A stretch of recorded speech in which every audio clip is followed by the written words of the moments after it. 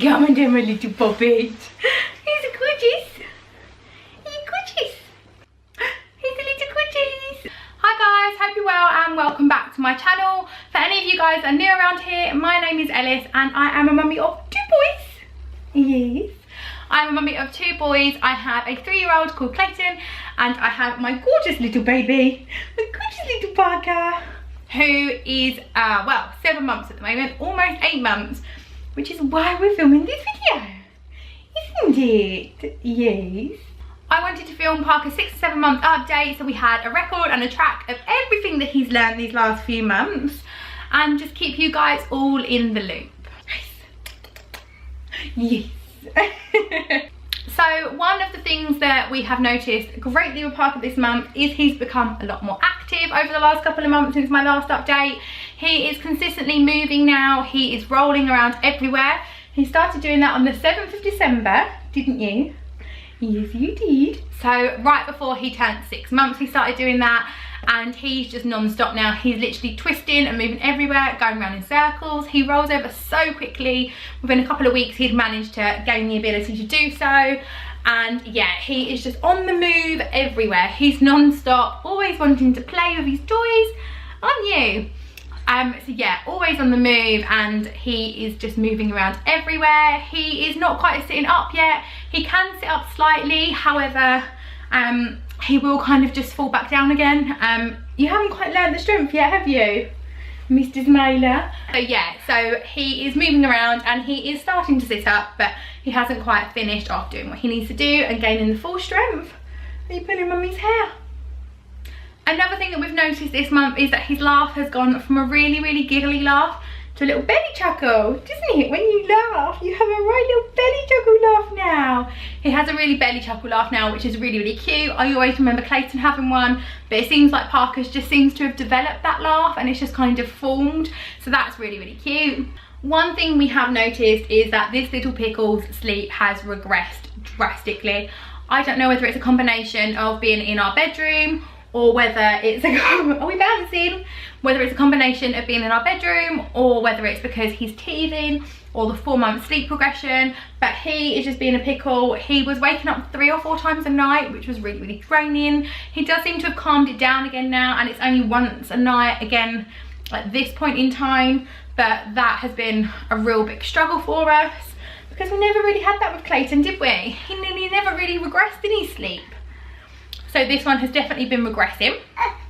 Another thing is that he is drinking 9 ounces and has been for a very long time. He is drinking 9 ounces of feed at the moment. We started to wean him when he was 6 months on the doctor's orders because he had severe constipation, and we started to wean you on apples and pears, and I feel like we've struggled because since doing so, he now only wants to eat fruit, and we had to stop again because he had really bad diarrhea. What are you doing? What are you doing?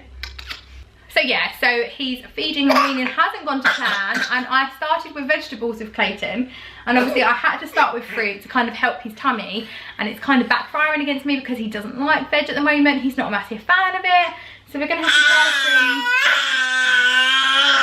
some. You tell everyone. So we're gonna have to try some different techniques of that, but 9 ounces of feed at the moment, which is so much.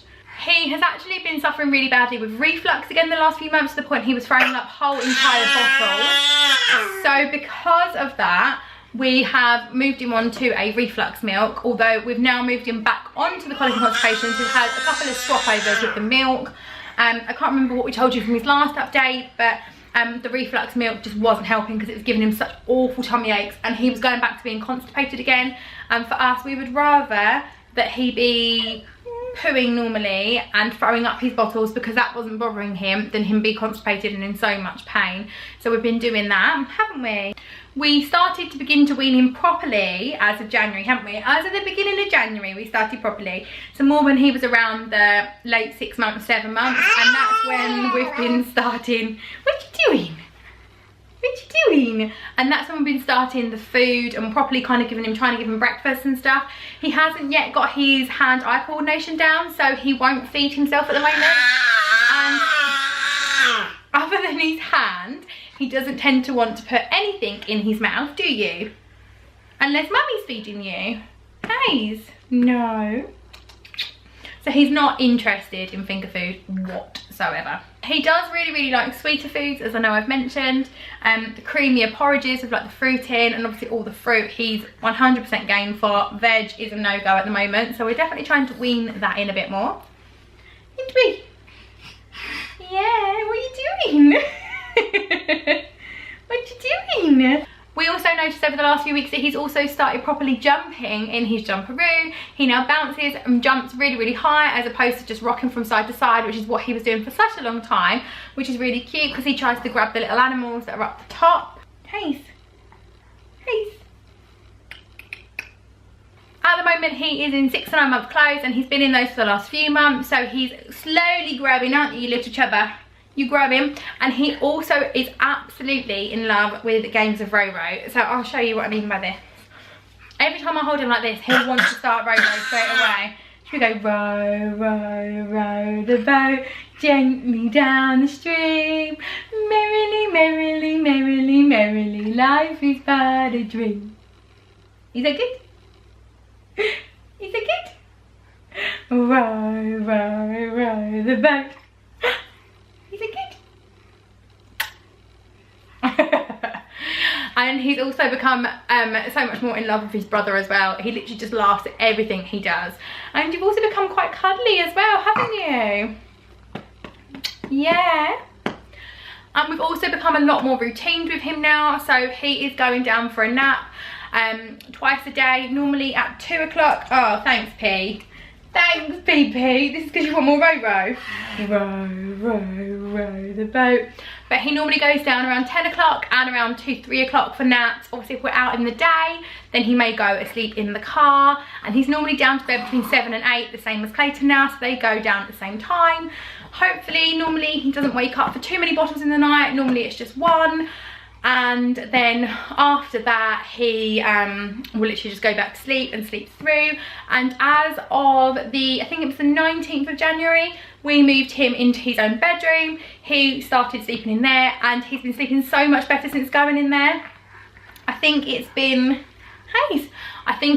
the whole, we were slightly disturbing him and waking him up, which was a tad bit of an issue. And since he's been in his own bedroom, he's been sleeping so much better.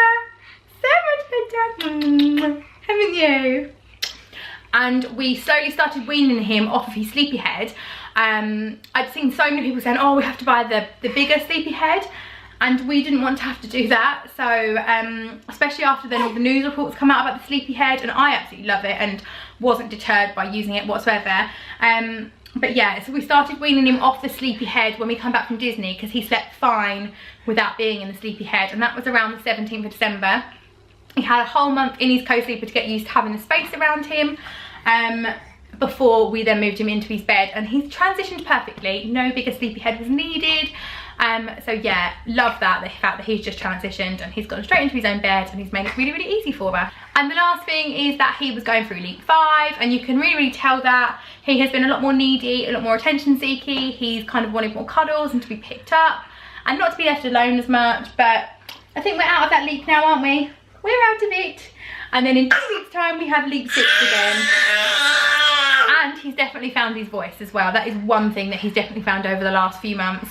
He knows how to gain your attention, whether it's through crying, screaming, and how to get his own way, that's for sure. We're gonna say bye-bye now. Well guys, that's everything for Parker's 6 and 7 month update. I hope you guys have enjoyed this video. I will be filming another one shortly for your 8-month update. Yes, I will. If you guys did enjoy this video, please don't forget to like and subscribe, and I will see you all again for another video shortly.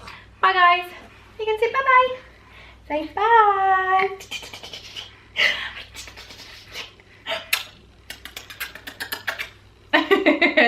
Bye guys.